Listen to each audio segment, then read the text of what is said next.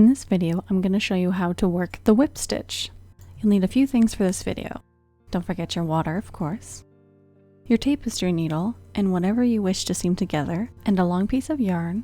It can still be attached to your ball in either a contrasting or similar color. The more contrasting, the more visible this seam. In this case, I'm using a very bright yellow just for easier viewing for this tutorial. And of course, don't forget your scissors. So to start, I'm working with these granny squares, and I want to seam up just with this one side. I'm going to take my contrasting yarn and I'm going to thread it through my tapestry needle. If you're using a pretty chunky yarn but you only have a regular size tapestry needle, I find twisting it kind of helps. Something I forgot to mention earlier was that you don't have to use granny squares to seam a whip stitch. You can do this on any crochet piece for anything. You can work on the raw edge or a border. When it comes to seaming granny squares, it's really important to match up the corners. Some instances you're going to have a chain 1 and some instances you're only going to have a chain 2. To make it easier, I recommend sandwiching your work with the wrong sides of your squares facing each other.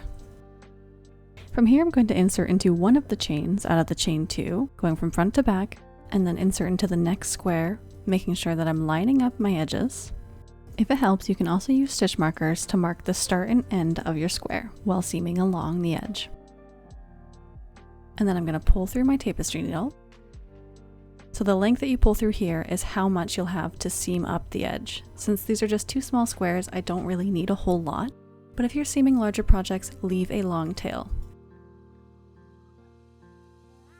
So you're going to be working into a circular motion and it's going to be really repetitive. So you're going to find the next stitch and then you're going to insert front to back, matching up the placement with the second square. And then you're going to pull through.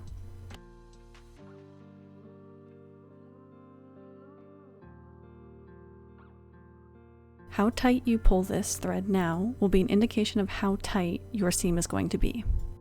You should now see this vertical leg seam. So you'll never be going back to front, but instead always front to back, repeating the exact same steps that you just did. So inserting through both squares with the same position lined up and then pulling through.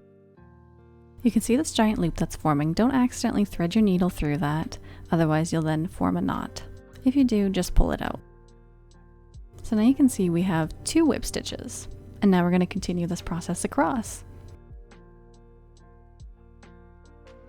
At this point, you should have something that looks like this. To finish on these corners, it's really easy to miss the chains here. So make sure that you're going through the first chain, and if required, go through the second chain as well. But this is only if you're not working horizontally with more squares later. This will be most noticeable with this little gap. You can kind of see there's a V that's formed at the top. And here's what the wrong side looks like. You can use the wrong side to your advantage to seam in any of your loose ends later. So to close the gap I was just talking about, I'm just doing the steps. I'm pulling this tight, and then at this point you would cut a tail and fasten off. And that's it, that's the whip stitch. I hope this video helped you and that you were able to level up your crochet game.